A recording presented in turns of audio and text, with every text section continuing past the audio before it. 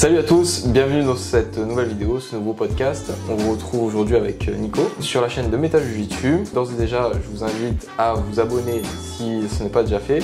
Partagez la chaîne avec vos amis du Jiu-Jitsu. Laissez un like en bas de la vidéo, nous ça nous aide énormément. Si vous ne le savez pas, Nico et l'Académie Métal Jiu-Jitsu ont bougé et ils se retrouvent maintenant au 28 boulevard Matabio, 31 000 Toulouse, en plein centre. Très facile d'accès avec les transports en commun en vélo et en voiture. On va ouvrir, pour ceux qui souhaitent s'entraîner avec Nico à Métal Jiu-Jitsu, les inscriptions en ligne pour la nouvelle saison, la saison 2023-2024. Donc n'hésitez pas, si vous avez envie de vous entraîner avec nous sous Métal Jiu-Jitsu, vous pouvez vous inscrire sur notre site metaljb.com et on se retrouvera sur les tatamis. Donc on va commencer aujourd'hui à parler dans ce podcast de la préparation mentale et notamment de la préparation mentale orientée pour l'entraînement. Moi je sais que tu avais pour cette dernière compétition que tu avais fait en Mongolie, tu avais demandé l'aide d'un préparateur mental qui était devenu ton coach en préparation mentale.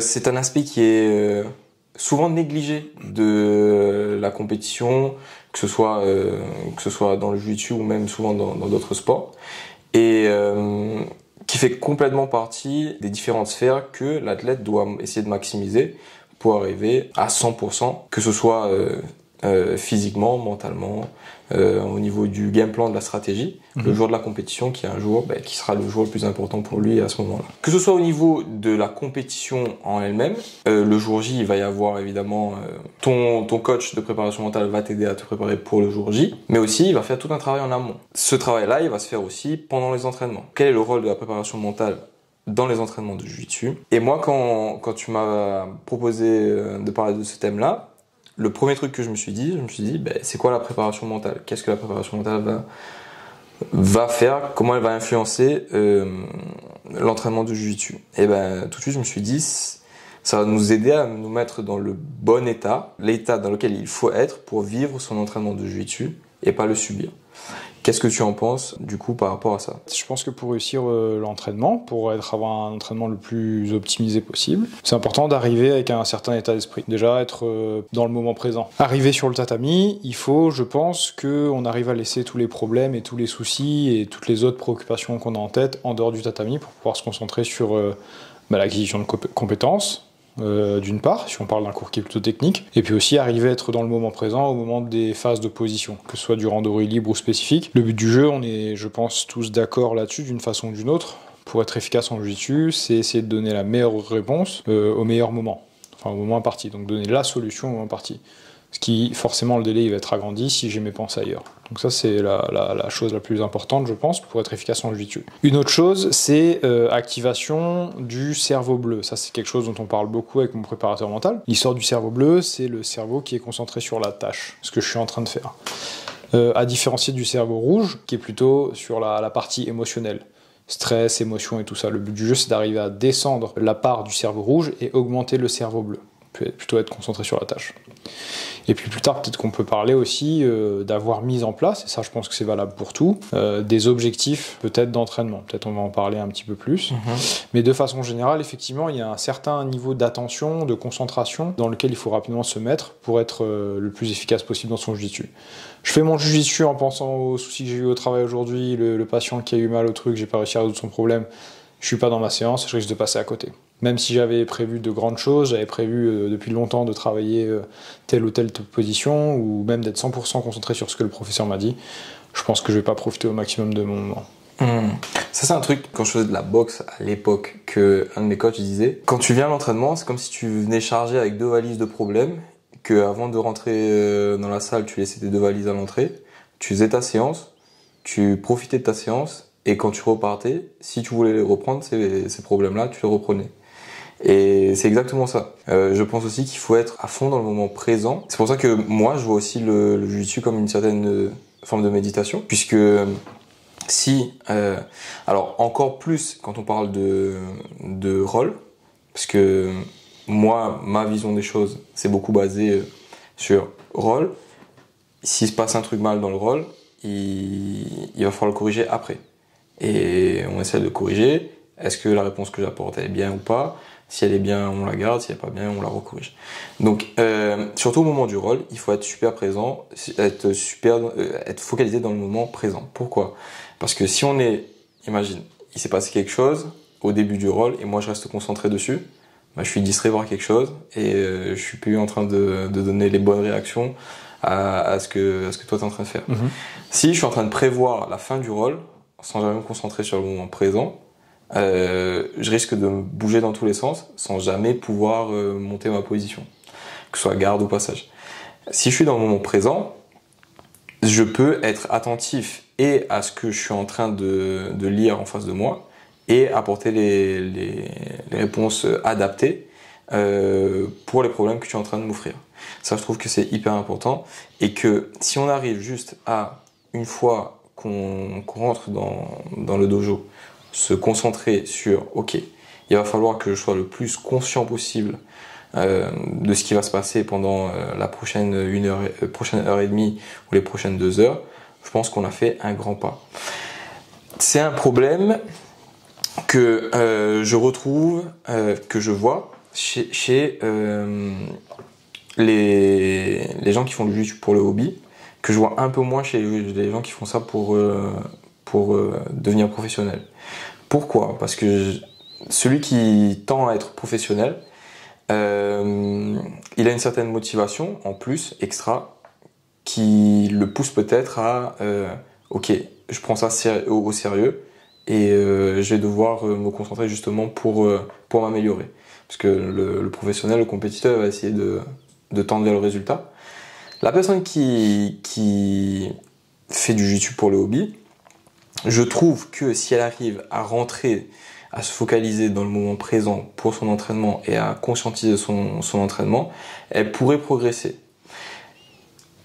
Sauf que c'est plus facile dit que fait.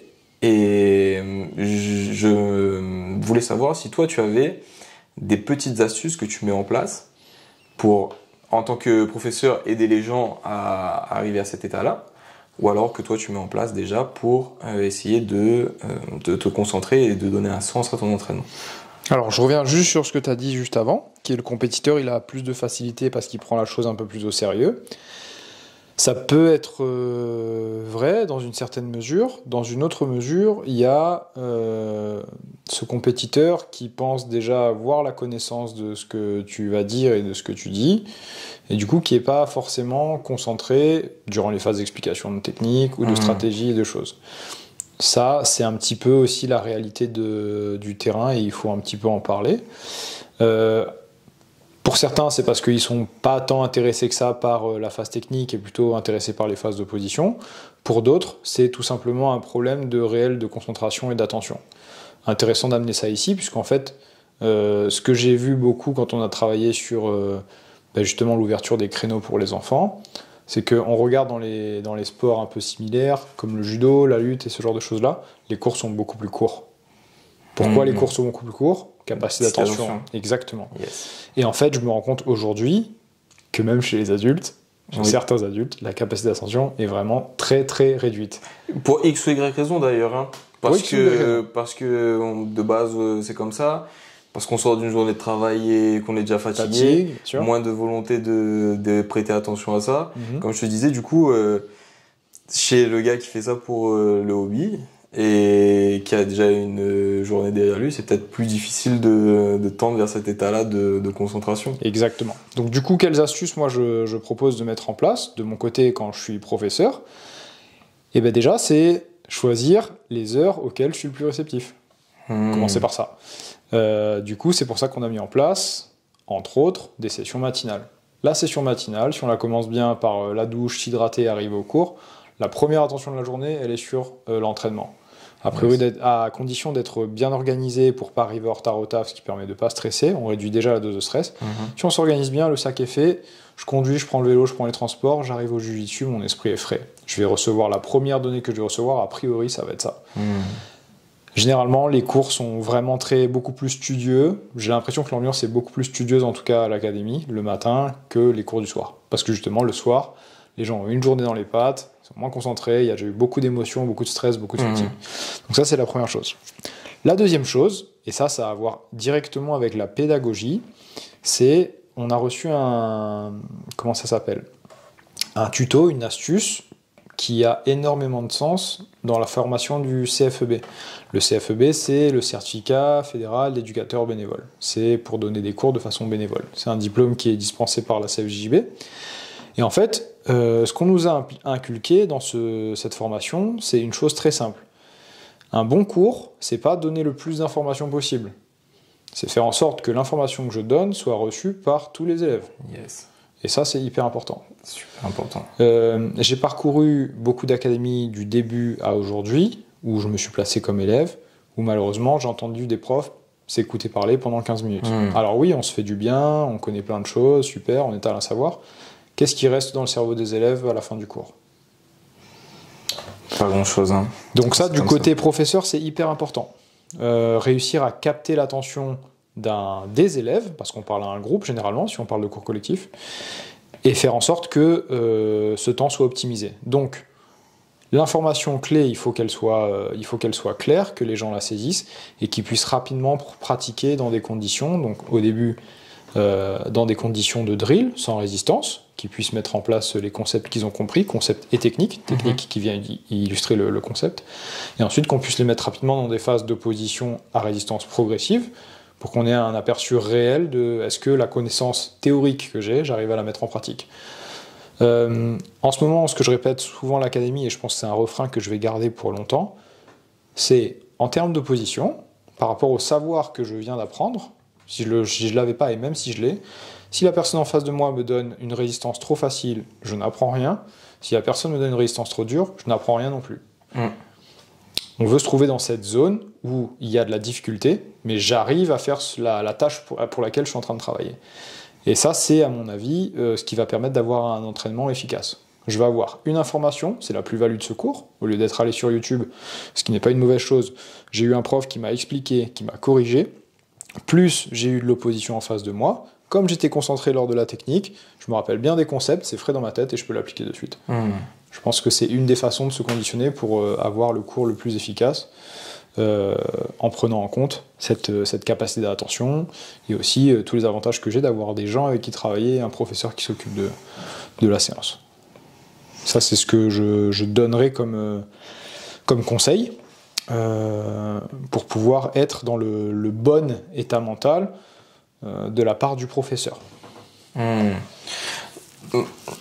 Très, très intéressant, mais maintenant, ça me fait me poser une question. Si par exemple l'élève n'est pas intéressé par ce qui se passe à l'entraînement, oui. Soit parce que c'est un basique qu'il a vu déjà il y a longtemps, soit c'est parce que c'est un truc qu'il connaît, comment tu arrives à garder son attention ? Alors ça, c'est une grande question et très délicate. Il y a deux choses qu'il faut comprendre. C'est est-ce que la personne n'est pas intéressée parce que ce que je lui montre ne l'intéresse vraiment pas, ou est-ce qu'elle n'est pas intéressée parce qu'aujourd'hui elle a décidé de ne pas s'intéresser au jiu-jitsu et elle est là parce qu'elle a l'habitude d'être là. Et c'est pas tout à fait la même chose. Si la personne n'est pas intéressée parce que je suis en train de dire, ça peut arriver et je peux comprendre. Moi-même, il y a des parties du jeu qui m'intéressent moins que d'autres. C'est ok. Par contre, ce qu'on essaye avec Camilla, qui donne aussi des cours à l'académie, d'impliquer comme culture, c'est essayer de venir pour ressortir avec une plus-value. Le but du jeu, c'est que la personne arrive, qu'elle utilise cette partie du jeu ou pas, c'est pas très grave. Par contre, il faut absolument qu'elle ait cette connaissance pour que il y aura toujours à redire les choses, puisque la pédagogie, c'est de la répétition tout le temps. Oui. Mais il faut que la personne, elle ait ça dans un coin de sa tête. Aujourd'hui, ça peut ne pas lui parler, ça peut lui parler plus tard. Exactement. Si j'étais attentif à ce détail-là, même si ça n'a pas fait bling ce jour-là, peut-être que d'ici 2-3 mois, 2-3 ans, ah ouais, en fait, j'avais entendu un truc, il avait dit un truc comme ça. Et ça, je pense que c'est arrivé à beaucoup d'entre nous. En tout cas, moi, c'est quelque chose qui m'est arrivé. Maintenant, si la personne, elle est juste pas intéressée parce que aujourd'hui, c'est pas le jour, malheureusement, il y a certaines choses qu'on peut faire, mais c'est vrai que c'est limité. On peut pas forcer les gens à faire quelque chose contre leur volonté. Le but du jeu, quand même, c'est si on vient à l'académie pour s'entraîner, c'est quand même pour passer un bon moment, s'amuser avec les autres, et travailler autour d'un projet commun. Le projet commun, c'est la progression. En l'occurrence, sur une séance, c'est arriver à bosser sur une technique ensemble et puis avoir l'opposition logique en face. Et ce problème-là est un peu plus difficile à traiter, sachant que ce que je disais avec le journal de l'Actu Toulouse, le plus dur dans ce jujitsu, alors oui, il faut bien sûr une base technique solide et pour pouvoir l'enseigner et la transmettre, mais c'est aussi, il y a un gros travail de relationnel, et c'est pour ça que je pense que c'est important de connaître ses pratiquants ou athlètes. Si le comportement il arrive une fois, la personne n'est pas intéressée parce que vraiment en ce moment ça va pas, c'est ok. Si maintenant c'est à chaque séance, ça détruit un peu l'ambiance, ça plombe un peu le truc, ça distrait, ça commence à parler pendant les... Ben là il faut commencer rapidement à en discuter avec les personnes, essayer de comprendre le pourquoi du comment et essayer de prendre les mesures nécessaires pour pouvoir capter l'attention et faire en sorte que la concentration elle revienne comme normalement. Et l'intérêt pour le jiu-jitsu. Parce qu'il y a comment on appelle ça ? Ces comportements, tous les comportements sur le tatami sont des comportements qui se transmettent assez rapidement. J'arrive dans un endroit, je vois les personnes sont assises, droit, kimono rangé, concentré sur ce que dit le professeur, à l'affût du moindre détail qui va ouvrir mon jeu. Je vois ça comme étant extérieur. Ok, c'est la posture que je dois adopter, puisque c'est ça la culture du club. Oui. J'arrive dans un club, le prof en train de parler, un gratte les cheveux, l'autre regarde dans le miroir, l'autre se recoiffe. On n'est pas tout à fait sur la même posture d'apprentissage, je pense. Complètement. Pour revenir à un truc que tu disais, il y a toujours une plus-value à prendre à chaque entraînement. Des fois, moi, ce qui m'arrive, c'est les cours basiques à Focus, par exemple, j'ai déjà vu, revu. Du coup, quand, par exemple, je me retrouve dans cette situation où c'est pas je perds mon attention, c'est je m'ennuie presque un peu d'entendre 4 ou 5 fois la même chose que je pourrais prédire ce que Paquito va dire. Ce que je fais à ce moment-là, c'est que moi en tant que ceinture violette, je prends un moins gradé, ceinture blanche, ceinture bleue, que je sais qui plus ou moins maîtrise pas la technique. Et quand Paquito a terminé son explication, quand on arrive au moment des drills, au lieu de reprendre Henrik, et je sais que Henrik sait déjà la technique et moi aussi je sais déjà la technique, du coup on va se tourner les pouces, on va rigoler, bah je prends une ceinture blanche, j'essaye de lui donner le maximum de plus-value, de détails que il a déjà entendu à l'instant, mais c'est peut-être trop d'informations, ou il s'est attardé plus sur un truc, ah ok il voulait dire ça, mais il a loupé une information, du coup je lui redis les petits détails, les petits trucs et astuces à partir de cette position-là, et je fais en sorte que c'est pas parce que moi je suis pas dans un mood où c'est bon, ça y est, c'est le truc qui va révolutionner mon jiu-jitsu, que lui il est dans le même mood, tu vois. Peut-être que lui justement c'est ça qui révolutionne son jiu-jitsu à ce moment-là, c'est plein de détails, de trucs qui lui font plaisir, plein d'informations qui lui font plaisir à avoir, autant partager, et puis voilà, lui il va ressortir avec un petit plus par rapport à cet entraînement-là. Et moi ça me fait plaisir d'aider quelqu'un comme ça. Ça c'est top Alex, mais ça pose une question, c'est quelle est ta position dans ce cours ? Exactement. Et c'est une position que tu choisis en même temps. Bien sûr. Évidemment, il y a une hiérarchie, il y a le professeur et c'est lui qui passe les trucs, mais est-ce que toi tu peux pas aider un peu le professeur en lui comment ça peut pas le travail, en lui simplifiant le travail. En lui simplifiant le travail. Il sait que je suis ok avec la technique et j'arrive à passer la pédagogie. Lui peut-être ça le décharge un peu et peut donner plus d'attention ailleurs.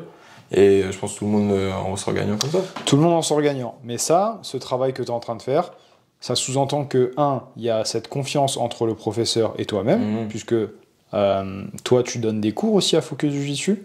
Donc il y a une confiance aveugle en ce que Alex est capable de donner pédagogiquement.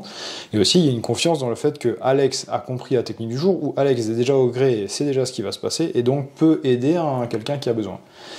Le problème qu'on retrouve dans les académies, souvent, à cause de ça, c'est justement avoir une définition claire de la position des personnes. Il y a certaines personnes, dans le CFEB on les appelait les schtroumpfs à lunettes, c'est les personnes qui pensent avoir la compétence et donc qui vont... disent des bêtises après qui disent des bêtises ou même qui disent bien, s'ils n'ont pas la compétence, le savoir-faire, et ben pour le transmettre, ça me dérange. Ah, je comprends en ce que tant tu que veux prof. dire. Oui. Donc, au lieu de travailler sur leur technique, on a le droit, enfin, il y a certaines ceintures blanches ou des personnes qui ont droit carrément à un séminaire d'une personne qui n'a même pas encore compris ou qui n'arrive pas à réaliser la technique. Et c'est là où ça pose problème. Et c'est là que la communication est super importante. Parce que ce changement de position que tu as, ça permet de te faire un switch entre, ok, je me positionne donc comme assistant prof ou comme élève. Je suis comme élève, la concentration, elle est pour moi acquérir tout le jus, toute la connaissance. Je suis comme assistant, je vais repérer quelqu'un qui a du mal et je vais donner toute mon énergie pour essayer de transmettre d'une autre façon ou de la même façon, ce que le professeur essaie de lui donner. Et donc ça, c'est une question qui est vraiment à soulever, parce que je sais que ça se retrouve dans toutes les académies, les gens qui veulent te donner un séminaire en plein cours. Et ça, c'est un sujet de podcast à lui tout seul. Exactement. Du coup, tout ça, on pourrait le regrouper dans l'ambiance du club en général. Oui. Que ce soit la bonne volonté du professeur, que ce soit la bonne volonté des élèves, et que ce soit... On va faire une sous-partie dans la partie des élèves qui sont là pour apprendre, ou des élèves qui peuvent être là avec deux casquettes de, comme tu viens de le dire, assistants ou élèves eux-mêmes. Donc, cette partie de l'ambiance générale qu'il y a dans le club, je pense que c'est un truc aussi qui... Et comme tu le disais, si tu vois tout le monde dans un état studieux en train d'essayer d'apprendre vraiment ce qui se passe et à l'affût du moindre détail, ben je pense que ça aide les gens et ça crée un cercle vertueux. Tout le monde va essayer de se tirer vers le haut pour essayer de, encore une fois, vivre son entraînement et pas le subir et pas se laisser dépasser par il y a une tonne d'informations ou quoi. Non, il y avait 10 cerveaux sur une même technique en même temps. Lui, il a capté un truc, on échange. Si lui, il avait plus d'expérience ou quoi, il peut transmettre, etc. Du coup, je pense que l'ambiance aussi du club joue énormément sur l'état mental dans lequel on va être pour apprendre et s'entraîner pendant ces horaires-là. 100% d'accord avec ça. Et si moi, j'aurais des petits trucs et tips et astuces à donner par rapport à ce que moi, j'ai déjà mis en place pour essayer d'améliorer ma progression, c'est déjà, c'est plus facile quand par exemple on est dans cet état de ok, j'ai pas trop d'attention aujourd'hui, qu'est-ce que je vais faire? Déjà, je vais faire un truc que j'aime. Ça va être plus facile, plutôt que je sais déjà que si je suis fatigué, j'ai déjà eu 2 entraînements le matin énervé, le soir je vais pas avoir la même motivation. Qu'est-ce que je vais faire? Je vais faire ou du passage, si j'ai encore un peu d'énergie, ou alors j'ai tiré la garde et je vais faire l'appel garde. Je sais que ça fait fumer le cerveau de tout le monde. Et du coup, j'ai travaillé des petits détails de mon appel garde. Et je vais continuer à travailler mes réactions sans jamais perdre le focus sur mes entraînements. Ce que je veux dire par là, c'est ce que je veux pas, c'est faire un rôle et me mettre en mode automatique et perdre complètement le suivi du jeu. Même si je suis fatigué, je fais un truc que j'aime, c'est plus facile pour moi. Mais je sais que si jamais il fait ça, je dois faire cette réaction-là. Si jamais il refait ça, je dois faire cette réaction-là. Je travaille mes temps de réaction, je répète mes gammes. Et ça me permet encore une fois, d'être conscient et d'être présent dans ce qui se passe. Et de pas me laisser déborder par le fait que je sois juste fatigué et que j'ai pas de motivation et que je me sens un peu moins concentré pour ces entraînements-là. Du coup, faire ce qu'on aime, c'est hyper important. Et un deuxième tips que je pourrais donner, c'est de mettre en place des petits objectifs. Donc, comme je sais ce que je vais travailler déjà, j'ai pas subir mon entraînement en mode ok, l'autre il a fait ça, j'ai dû réagir comme ça. Je sais qu'aujourd'hui je vais travailler la garde, premier truc que je fais, je peux la garde. Ok. J'avais dit objectif, c'est ça? J'ai terminé sur objectif. Donc ces petits objectifs, ça peut être quel thème j'ai donné à mon entraînement aujourd'hui. La partie technique est passée, la partie spécifique est passée, maintenant c'est rôle libre, qu'est-ce que je vais faire? Pour être concentré du début jusqu'à la fin, moi ce que j'aime faire c'est, comme je te dis, donner des objectifs. Comment je fais ça? Si on prend là, actuellement ce qui se passe, pour moi, c'est travailler les gardes comme la de la Riva, la sit-up guard ou la X single X. Ok. Comme l'objectif, c'est travailler la garde, le premier truc qui va se passer dans le roll, si le roll commence debout, c'est je vais faire 2 grips, je vais pouler la garde. Je vais être le premier à pouler. Mon objectif, c'est travailler la garde. Je vais pas subir mon entraînement, je vais pas subir le fait que l'autre tire la garde en premier ou quoi que ce soit. C'est moi qui poule la garde en premier. Je sais que mon objectif, c'est de monter, c'est de jouer de la Riva, sit-up guard ou X. Ben, mon premier objectif, premier grip que je fais, c'est mes grips de la Riva ou de sit-up guard. Ouais. J'ai un objectif en tête et j'essaie de l'appliquer à chaque fois. Ok.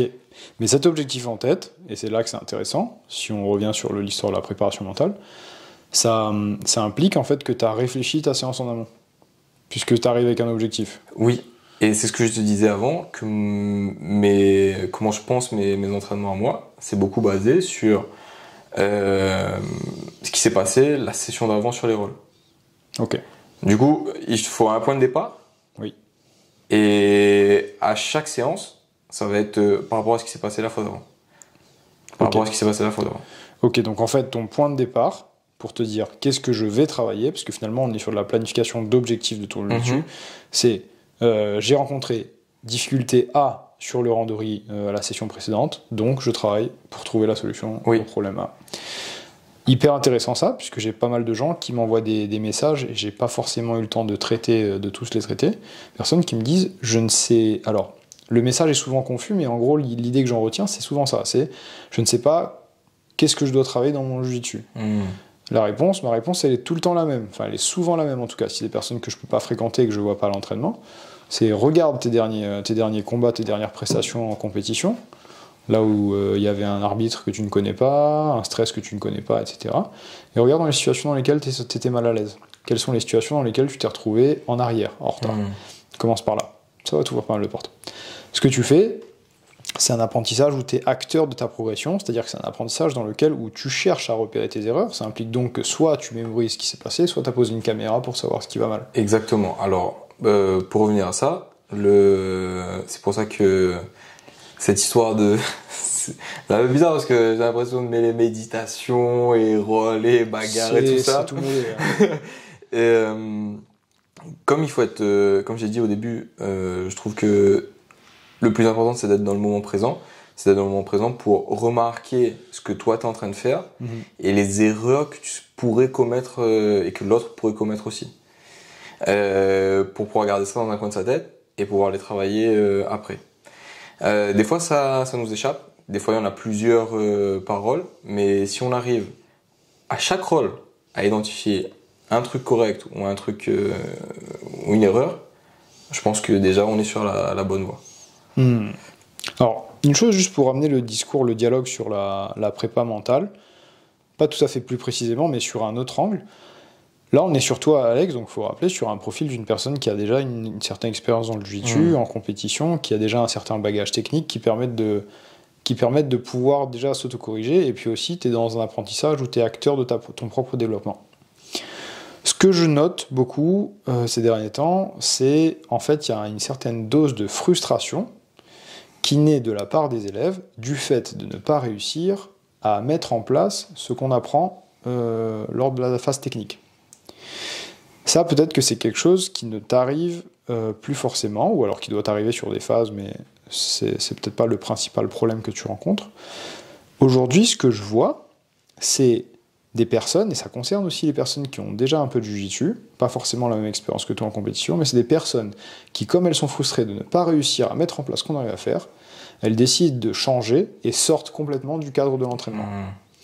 Ça, c'est un réel problème. Pourquoi ? On a décidé de travailler ensemble sur, mettons en ce moment, les sorties de latérales. Okay, donc je sors un petit peu du cadre du rôle d'entraînement. Je repasse sur la phase technique et de la phase exercice spécifique. On travaille sur un système de sortie de latérale, puisqu'il y a différents types de latérales. On travaille sur la sortie, on va dire la sortie C, appelons-la, pour ne pas la décrire. Et je vois un certain nombre de personnes qui ont du mal avec cette sortie C. Pourquoi elles galèrent ? Parce qu'en fait, elles ne respectent pas les points clés de la technique, Et du coup, elles sont obligées de changer soit vers quelque chose qu'elles connaissent déjà, mais donc du coup, on n'est pas du tout dans ajouter des armes à son arsenal, mais dans répéter des schémas que je connais déjà. Ou alors, on est dans mettre en place un jujitsu approximatif, où en fait, on fait une technique, mais pas avec les bonnes mains, les mains au bon endroit, ni les pieds au bon endroit. Du coup, on tombe dans un espèce de cercle vicieux, cette fois-ci, non pas vertueux, mais de la frustration, puisqu'en fait, je vais en cours, j'apprends des techniques, on me montre une technique, mais je suis incapable de la refaire. Mais comme je suis incapable de la refaire, je reproduis des schémas que je fais déjà, ou que je fais bien ou mal. Et finalement, est-ce que j'enrichis mon arsenal technique ? Non. Je crois qu'il y a un réel problème de accepter de ne pas réussir. Ça, complètement. D'ailleurs, la frustration, juste pour revenir là-dessus, la frustration, ça arrive à tout le monde. Il y a des rôles où il y a des jours où je sors des rôles et je suis énervé au possible. Ouais. Mais c'est complètement normal. C'est parce que, ou alors on avait excès de confiance et on pensait qu'on connaissait une technique et là tout d'un coup quelqu'un nous prouve que pas du tout. Oui. Ou alors on arrive dans une situation où on n'arrive pas à avancer.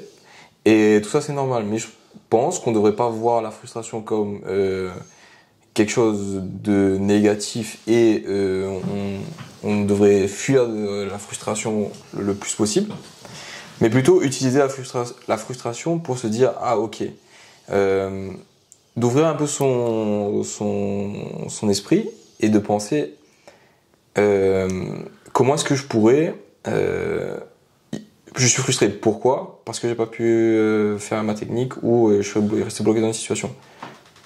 Et il faut pas s'arrêter là, il faut se demander pourquoi. Et si on cherche à savoir pourquoi, on peut essayer de chercher les solutions aussi au problème. Certes. Si on trouve le problème, si on met le doigt dessus, on peut essayer de trouver les solutions au problème. Si on cherche même pas le problème et qu'on s'y intéresse même pas, on peut pas essayer de trouver de solutions par rapport à ça. Oui. Donc, cette histoire de frustration, ça arrive à tout le monde. Mais comment on arrive à gérer ça ? Moi, je pense que c'est d'avoir cette mentalité de growth mindset, de toujours essayer à comprendre pourquoi. Je suis capable de résoudre le problème, mais je vais essayer de chercher de trouver la solution. Aussi, certaines situations sont frustrantes parce que des fois, c'est peut-être un défaut d'explication du professeur. C'est pas qu'il a mal expliqué, c'est peut-être qu'il a oublié un point. Quelque chose que Paquito fait très bien, c'est que il prévient les gens de chaque position, chaque détail de chaque position, qu'il y a des positions qui sont dominantes. Et si elles n'étaient pas dominantes, ce serait pas des positions fortes. Quand par exemple quelqu'un pose la question comment je sors de la montée, tu lui donnes une réponse, elle n'arrive pas à mettre cette réponse-là en place, cette technique-là en place. Est-ce que c'est de sa faute ? Non, c'est la position même qui veut que ce soit difficile de sortir de là. Bien sûr. Quelqu'un me dit comment triangle fermé, comment je défends un triangle ? Un peu tard, tu vois. Triangle, ça c'est beaucoup en prévention. Je laisse pas le gars s'installer. Déjà. Donc c'est peut-être des fois on oublie de penser à la situation. On reste sur l'émotion. Ok, je suis frustré là-dedans. Il y a un truc qui va pas. Je vais essayer de fuir la situation. Oui. Mais si on prend le temps à s'intéresser à la situation, c'est ah ok, je l'ai laissé fermer un étranglement sur moi, verrouillé, et après j'ai voulu défendre. Ça veut dire que j'ai fait l'erreur peut-être avant. Oui. Ah ok, prochain rôle, je vais être plus attentif à ce qui se passe avant. Oui. C'est plutôt dans ce sens-là que j'encourage les gens à penser, parce que le jujitsu ça se pense aussi, mais à penser pour les rôles et essayer de diminuer au maximum cet état de frustration-là. Et, excuse-moi de te couper, oui. Ce que je rajouterais aussi, c'est que cet état de frustration-là, je pense qu'il faut le fuir, pas dans le sens fuir et ne pas y penser, mais rester le moins de temps possible dans cet état de frustration où je boude un peu par rapport à ma performance, par rapport à ce que j'ai fait, parce qu'il n'y a rien de bon qui va se passer pendant ce moment-là. Si on est là à se dire on est nul, l'autre est trop fort, c'est comme ça, j'évolue pas, il n'y a rien de bien qui peut se passer. Je sais pas ce que toi tu en penses, hein. S'il y a un truc de bien qui peut en ressortir, tu me le dis. Non. Des fois, quand je vois Henrik qui est énervé à cause d'un rôle, je suis là dans les vestiaires, je lui dis, est-ce que tu peux me dire pourquoi t'es comme ça, s'il te plaît? Est-ce que tu peux sourire pour moi, s'il te plaît? Parce que si il gaspille plus d'énergie à se concentrer sur cet état où il boude et il est frustré et il a le visage fermé, à la prochaine session, il va se repasser la même chose et il saura même pas pourquoi. Donc, si on doit se concentrer sur quelque chose, c'est sur la solution et pas sur le problème. Il y a plusieurs facteurs dont tu as parlé là-dedans, et une chose dont tu avais parlé dans un podcast précédent, pour un peu synthétiser ce qu'on est en train de dire là, que ce soit sur du randori libre ou du randori spécifique, donc des situations à thème, où chacun a un objectif qui permet de arrêter le jeu et de recommencer, c'est la définition de l'objectif. Qu'est-ce qu'on appelle victoire? Exactement. On en a parlé déjà dans un podcast précédemment. La frustration, ça rentre beaucoup avec, je pense, la notion qu'on peut appeler ego. Qui est toujours un petit peu dur à définir, mais bon, on va lier ça à l'ego. On est frustré parce qu'on est incapable d'accomplir une tâche. C'est ça la frustration. C'est pour autant que je mette toute l'énergie, la bonne volonté, en tout cas c'est ma perception, je n'arrive pas à accomplir la tâche. Ça c'est une chose. Maintenant, je n'arrive pas à accomplir la tâche, par exemple, qui est exécuter une technique, et je n'arrive pas à gagner le randori ou le randori spécifique. Ce sont deux choses qui sont complètement différentes. Et il y a une confusion certaine dans le cerveau de plusieurs personnes, et c'est là-dessus qu'on travaille dans la culture Ameta Jujitsu, c'est de sortir de gagner et perdre à l'entraînement. Ça dépend de ce qu'on appelle gagner ou perdre, ce que tu disais la dernière fois. La victoire, ce que je leur demande, la victoire, elle est d'arriver à mettre en place la technique. Si ça fonctionne pas, c'est pas grave. Par contre, j'ai essayé et je l'ai fait vraiment du début à la fin. Ça n'a pas marché, j'essaye de, comme tu le dis, comprendre pourquoi ça marche pas, mais je continue à essayer. Dès lors que je sors du chemin de essayer de mettre en place une technique parce que tout simplement je n'y arrive pas, je suis en train de fuir ce sentiment de frustration. Et donc quelque part, si on reprend les 4 phases d'apprentissage, les 4 phases de compétences, l'incompétence inconsciente, où je sais pas que je sais pas, l'incompétence consciente, je sais que je sais pas, la compétence consciente, je sais que je sais, et ensuite je ne sais plus que je sais. Finalement, on ne peut pas avancer sur cette courbe de progression à partir du moment où on n'accepte pas qu'on ne sait pas faire. Et ce point-là, si on le fuit, à mon avis, on fuit plein de problèmes, et si on fuit les problèmes, c'est ça qu'on apprend finalement au Jiu-Jitsu. On apprend à relever des défis. Le défi, c'est je sais que je suis pas capable, avant je le savais même pas, maintenant je le sais. Ok, le but du jeu, c'est passer le moins de temps à cette étape-là et arriver vers la compétence consciente. Et malheureusement, ça c'est quelque chose de très culturel, je pense. Je dis ça parce que j'ai un élève en cours particulier, on en parlera après, mais je pense que c'est hyper important que les gens acceptent de ne pas savoir. Si on accepte de ne pas savoir, on peut accéder au savoir. Si on n'accepte pas... Exactement. Deux trucs sur lesquels je voudrais revenir là. D'abord, juste sur ce que tu viens de dire là tout de suite maintenant, accepter le fait de ne pas savoir, ça c'est ok. Et se dédouaner du fait... comment dire ça, ne pas se mettre la pression parce que on sait pas. Ça fait partie du jeu, c'est normal. Ce à quoi je rajouterais, pas avoir peur de commencer en bas de l'échelle. Oui. Si ça se trouve juste, la technique que je suis en train de faire, elle est bonne, mais que mon adversaire propose exactement la défense à la technique que je suis en train de faire.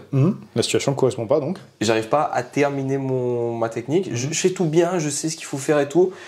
Quand il n'y a pas de résistance, dès qu'il y a un peu de résistance, je me sens mal ou j'arrive pas à le faire. Ok, on redescend d'un grade. Si je faisais ça avec une ceinture violette par exemple, je redescends sur une ceinture bleue. Exact. Je vois la ceinture bleue arrive à défendre quand même. Et je trouve pas mon positionnement de mon corps et tout ça, j'arrive pas à rentrer à la technique, ok, pas de problème, je reprends une ceinture blanche. 1, 2, 3 fois, ah ok, là j'ai compris que mon corps devait être comme ça. Je repasse au level up. Je prends une ceinture bleue, un gars plus expérimenté, ah je vois ça marche aussi. Ah c'était vraiment ça le problème. Du coup je reviens et je reteste sur un gars qui a un niveau un peu plus élevé, etc. jusqu'à pouvoir maîtriser la technique sur tout le monde et savoir quand la rentrer. Il n'y a pas de problème à commencer tout en bas de l'échelle et à commencer sur la marche la plus basse. Exact. Mais d'où l'importance de ce principe de résistance progressive. Ça, c'est quelque chose qu'on met aussi beaucoup en place. C'est ce que je disais tout à l'heure. On gagne du temps en faisant la bonne chose à la bonne intensité. C'est pas pour rien qu'on travaille des heures sur des situations qui en combat peuvent durer à peine 5 secondes. Ouais. Par contre, si je l'ai travaillé dans tous les niveaux de résistance possibles, quand c'était trop facile, quand c'était à une difficulté où j'y arrive, quand c'était super difficile, si je l'ai travaillé à tous les niveaux, le moment où cette situation va réapparaître en combat, normalement mon cerveau éthique, ah oui, là c'est ça, c'est cette exacte position-là que j'ai travaillé. Identifier plus rapidement, savoir... Parce que j'ai l'impression que c'est une cascade en chaîne, une chaîne en cascade, une réaction en cascade. Tu identifies le problème, maintenant il va falloir chercher la solution à ce problème-là. Exact. Il va falloir que tu le mettes en place. Si ça se trouve, entre-temps, il va bouger un peu et ça sera plus exactement le même setup. Il va falloir retrouver la bonne. Plus on arrive à réduire ce temps de réaction, exact, plus on devient efficient dans ce qu'on fait. Est-ce que c'est pas ça finalement le Jiu-Jitsu? La bonne réponse à la situation donnée dans le délai le plus court possible. Exactement. Et c'est à ce moment-là, tu as l'impression de voir des magiciens sur les tatamis, parce qu'ils sont jamais perdus. Tout le temps, ils ont la bonne réaction. Tout le temps, ils savent se repositionner. Et c'est ce que je dis souvent aux personnes qui sont autour de moi, que l'élite, les champions à chaque fois, sont ceux qui, entre le moment où il y a eu problème, où il y a eu changement de situation, arrivent à s'adapter le plus rapidement possible. Ça veut pas dire que, en fait, la différence entre une ceinture blanche et une ceinture noire élite, ça se trouve, ce que je vois, c'est le ceinture blanche, il va prendre peut-être 2 mois entre le moment où il fait l'erreur et il arrive à la corriger. Le ceinture noire élite, il voit l'erreur tout de suite, il a la réponse. Mais dans la fraction de seconde. Des fois, il arrive à prédire ce que l'autre il va faire. Et t'as l'impression que c'est un magicien qui est en train de surfer sur la garde de l'autre ou quoi. Tout ça, c'est parce que il a pris le temps de driller, de faire augmenter la difficulté progressivement pour qu'il puisse aiguiser, affiner sa technique le plus possible pour que ce soit automatique au moment le plus important. Est-ce que du coup, quand on regarde les combats là, qui bougent pas, où tout le monde s'ennuie, entre guillemets, c'est pas justement 2 magiciens qui s'annihilent l'un l'autre? Exactement. Quand souvent j'entends des gens dire oui, mais le jiu-jitsu c'est ennuyant parce que il n'y a pas de progression. Mais il n'y a pas de progression peut-être parce que le gars qui fait la garde est arrivé à un niveau de garde niveau 9 sur 10 et que le passeur a un passage niveau 9 sur 10 aussi et qu'ils n'arrivent pas à trouver la solution l'un dans l'autre. C'est que moi, quand j'attaque, je suis en train de défendre ce que tu fais, et quand toi tu attaques, je défends aussi ce que je fais. Et je trouve que alors là, encore une fois, pour les 2 acteurs, il faut être dans le moment présent, mais plus, parce que si on a 1 seconde en retard, on perd le fil. Pour les gens qui regardent ça de l'extérieur, souvent les gens ils s'ennuient. Pour moi, c'est les combats qui sont les plus riches. Le gars a bougé sa hanche là pour faire ça, sa main est venue ici, l'autre il a défendu le grip comme ça. C'est les combats qui sont pour moi les plus riches. Donc complètement d'accord sur le fait que ce soit 2 magiciens qui s'annulent les l'un deux l'autre. Ouais. Et oui. Pour ces magiciens, c'est une situation qui est intéressante, mais qu'en est-il pour la plupart de la population, le commun des mortels, le commun des jujiteros et des jujiteras? Ceux qui font ça pour le hobby du coup. Ceux qui font ça du coup pour le hobby. Ceux qui font ça pour le hobby, je pense que en soi, le jiu-jitsu brésilien, c'est une façon, comme tu disais, une méditation. C'est une pratique qui va nous permettre justement à travailler en soi sur cette capacité de concentration. Aujourd'hui, on est beaucoup distrait par les tablettes, les téléphones, les réseaux sociaux, toutes ces choses. Je sais que pour certains et certaines, c'est un moyen de enfin déconnecter. C'est un moyen d'arrêter d'être constamment en train de scroller et chercher une information qui puisse stimuler le cerveau, au niveau du hormonal, la dopamine. C'est un moyen d'apprendre à se reconcentrer sur un objectif. Ça, c'est un des apports et un des points forts du jiu-jitsu. Est-ce que du coup, ça nécessite de pratiquer une préparation mentale lorsqu'on est là pour le loisir? Je suis pas sûr. Par contre, il y a certains comportements qu'on peut avoir en dehors du tatami qui peuvent nous permettre de avoir un entraînement plus optimal sur le tatami, être plus compétent. Et vice-versa, le jiu-jitsu est assez complet en soi, je pense, pour apporter comme complément cette valeur de transfert dans la vie qui est ah en fait non, j'ai pas besoin de mettre autant d'informations dans mon cerveau comme ça à la minute et perturber mon système hormonal. Ça, je pense que c'est super important et c'est un message que on peut transmettre autant aux jeunes qu'aux adultes, de ce que je peux voir de cette époque. Et ensuite, pour cette histoire d'état mental, en fait, je pense que qu'on soit hobbyiste ou plus axé compétition, je pense qu'il faut vraiment voir qu'il y a plusieurs pratiques qui peuvent nous permettre d'être plus compétents au jiu-jitsu brésilien, notamment la méditation, le travail de respiration, pas mal de choses, le travail d'écriture pour être en paix avec soi-même. Ça, c'est certaines petites choses dont peut-être on ne parle pas assez. Je sais qu'il y a beaucoup de personnes qui pratiquent le jiu-jitsu brésilien et qui postent des photos et des choses, des machins, mais en fait, c'est pas forcément évident pour tout le monde. La vie, c'est pas forcément évident pour tout le monde d'arriver sur le tatami et de savoir qu'on risque de se faire écraser, on va se faire rouler dessus.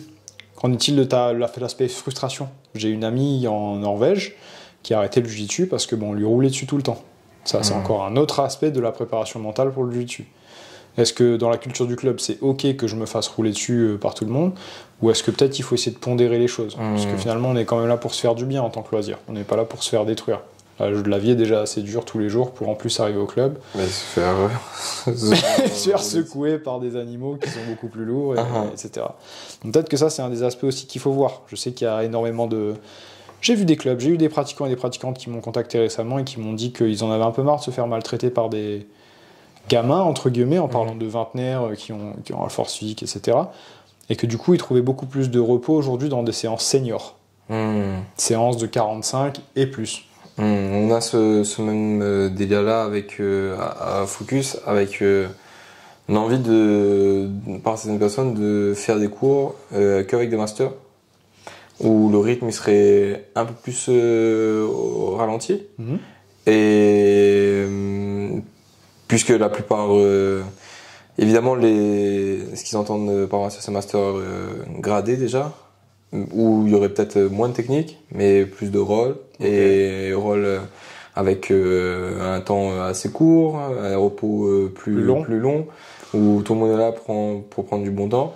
Parce que justement, s'ils viennent dans les cours normaux, tout level, où ils se rendent compte que au premier rôle c'est Henrik, deuxième rôle c'est Chico, et tous les deux ils sont énervés, ils sont compétiteurs, peut-être qu'ils vont refuser tout simplement, ils vont pas trouver leur compte là-dedans. Ah, il faut plus de plaisir. Ouais, c'est ça. C'est trop dur. Exactement. Encore une fois, c'est trop dur. Frustration. Exactement. Et ils se trouvent plus de plaisir, comme je te disais, ils vont pas faire un truc qu'ils aiment. Donc déjà, leur état mental, il va en prendre un coup. Ouais. D'ailleurs, en parlant de ça, et peut-être après on pourra avancer sur la suite, j'avais lu une citation récemment, et j'ai trouvé hyper pertinent. Alors, je suis pas non plus très vieux, faut pas exagérer. Et la citation, c'était... En gros, c'était en anglais, mais l'idée, c'était de chercher à développer un jujitsu qui ne repose pas uniquement sur tes qualités athlétiques, de façon à ce que tu puisses grandir avec et avancer dans l'âge. Ça, c'est peut-être un message qu'il faut essayer de développer, en tout cas pour le développement pour la suite du jiu-jitsu, parce que là, effectivement, on a la force, l'agilité, ce genre de choses. Ces qualités athlétiques, elles vont pas forcément crescendo en avançant dans l'âge. Ça, c'est un truc aussi qu'on retrouve. C'est la même chose, mais c'est pas présenté de la même façon. Dans les entraînements de compétition qu'on a, des fois on est rincé et on nous oblige à continuer. Et Paquito, souvent, il dit c'est à ce moment-là qu'il faut être intelligent, où il faudra utiliser encore plus sa tête et essayer de faire de la force, parce que ça va arriver aussi en compétition. Et il va y avoir, si ça se trouve, tu vas prendre 2 têtes de liste, deuxième et troisième combat dans une compétition, t'arrives à les sortir, le chemin est beaucoup plus clair devant toi, tu vois la fin, mais t'es KO. Ouais. Du coup, comment tu as fait la demi-finale et la finale? Même t'as sorti les 2 gars les plus gros de la KT. Il reste encore 2 combats à faire. Si ça se trouve, tu vas te faire sortir par des gars qui sont moins forts. Aïe. Et pourtant, tu es prêt physiquement et tout ça, mais tu dis pas comment tu fais pour t'entraîner quand tu es fatigué. Exact. Et là, c'est à ce moment-là que l'intelligence prime sur le reste des autres caractéristiques. Et on retrouve ça aussi, mais c'est même pas une histoire d'âge, c'est une histoire de comment tu arrives à tourner ça. pour les gars qui sont peut-être un peu plus jeunes, c'est quand ils sont fatigués, quand ils ont fait 4 rolls énervés, ils ont tapé sur tout le monde. Ok, 5e roll, 6e roll, qu'est-ce que tu as dans le ventre encore? Ouais, exact, parce que souvent, c'est vrai que là c'est l'été, les gens se reposent et tout, mais c'est vrai que des fois sur les entraînements où on essaie de pousser un petit peu, on fait que du randori sur les entraînements pour radar. Enfin, on travaille par phase spécifique d'abord une petite demi-heure, ensuite on fait que des randori. C'est vrai qu'au bout du 5e, 6e, bah, j'en vois beaucoup qui attachent leur kimono et Qui va un peu plus de temps. se cachent un peu contre les murs là, au fur et à mesure, qu'ils aient 20 ans ou pas. Enfin bref, on dénoncera personne, mais je pense qu'on peut avancer. Qu'est-ce qu'on allait aborder ensuite après ça? Je sais pas. Je pose des questions toi aussi. Conclue ça, gars, c'est bon. Bah c'est bon gars, je pense que... Fais un rappel, t'es en... Ah oui, on avait dit un rappel. Fais un rappel, gars. Donc on a évoqué pas mal de trains et... Ok. Très bien, ok. Donc on a évoqué pas mal de pistes de réflexion par rapport à ce sujet-là, qui je rappelle c'était la place de la préparation mentale dans l'entraînement, qu'on a redéfini par dans quel état on doit être pour vivre son entraînement de jiu-jitsu et pas le subir. On a essayé d'apporter plusieurs pistes de réflexion, ce qu'on met personnellement, toi et moi, en place pour essayer d'être le plus présent et le plus disponible par rapport à ça, à le meilleur état mental dans lequel il faut se retrouver, que ce soit entre l'agencement des différents entraînements par rapport à la semaine, que ce soit en termes de concentration, l'ambiance qu'il y a au niveau du groupe, que ce soit des objectifs personnels qu'on va essayer de se fixer, etc., etc., faire des choses qu'on aime, pour garder au maximum un niveau d'attention qui est élevé, et toujours essayer de ressortir avec une plus-value à chaque entraînement, avoir une réponse à un problème, résoudre des problèmes le plus vite possible, etc., etc. Et une grosse partie aussi, on avait parlé du coup de l'effet de frustration qui arrive à tout le monde. Que ce soit, que je rappelle, que ce soit des ceintures blanches, bleues, violettes, marron ou noires, que ce soit des gens qui font ça pour le hobby, mais aussi des athlètes élitistes, parce que c'est ce que je vois à l'entraînement avec Paquito. Si il a fait un rôle où il était à moitié, on l'a secoué un peu, il reste 30 minutes sur le tatami en train de bouder, en train de réfléchir. Je sais qu'il des fois il dort pas la nuit. Mais la frustration, ça fait partie du jeu. Pourquoi ? Parce que il y a toute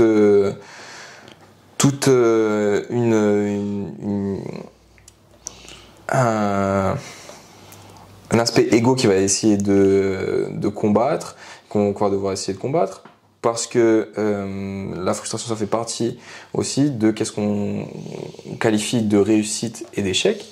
Et encore une fois, pour vaincre cette frustration, il ne faut pas la fuir, mais plutôt essayer d'accepter le fait qu'on ne sait pas, de s'autoriser l'erreur et de s'autoriser à commencer à la marche la plus basse, recommencer en bas de l'échelle pour essayer de remonter l'échelle à chaque fois. Donc voilà nos pistes de réflexion. Est-ce que tu veux rajouter quelque chose par rapport à ça ? Accepter la frustration pour pouvoir en sortir le plus vite possible. C'est un petit peu ce que je retiens sur cet aspect frustration. Le reste, tu l'as déjà bien évoqué. Je pense qu'on a fait un petit peu le tour de la question. Après, évidemment, si vous avez des pistes de réflexion, des idées à propos de ce sujet, faites-le nous savoir. Ce sera toujours un plaisir de traiter vos questions. On a pris un petit peu de temps de retard, c'est vrai, ces derniers temps, parce qu'on avait énormément de projets en cours, entre les compétitions, les séminaires, le travail sur le digital, l'académie, pas mal de projets. Mais on est de retour, on est bien là, et on s'occupe de vous fournir le contenu en question. Donc encore une fois, n'hésitez pas à liker cette vidéo, vous abonner à cette chaîne si ce n'est pas encore fait, nous suivre sur les différentes plateformes, notamment Instagram avec les projets digitaux, Meta JJB, et ce qui se passe aussi à l'académie, si vous voulez nous rejoindre, donc à Toulouse, au 28 boulevard Matabio. Le compte Instagram est donc meta.jjb. Je vous invite aussi à consulter le site internet sur lequel nous travaillons, et nous avons travaillé énormément, qui va vous permettre donc de vous inscrire en ligne à l'académie, mais aussi d'accéder à la boutique, tous les produits qu'on a, et de suivre toute l'actualité qui se passe au sein du projet global de Meta Jiu-Jitsu. Autre chose à rajouter, Alex? On a fait le tour. On a fait le tour. Je pense que c'est le moment de vous dire merci. Merci à toutes et à tous d'être restés jusqu'à la fin. Et puis on vous dit à bientôt pour un prochain épisode. Os, ciao.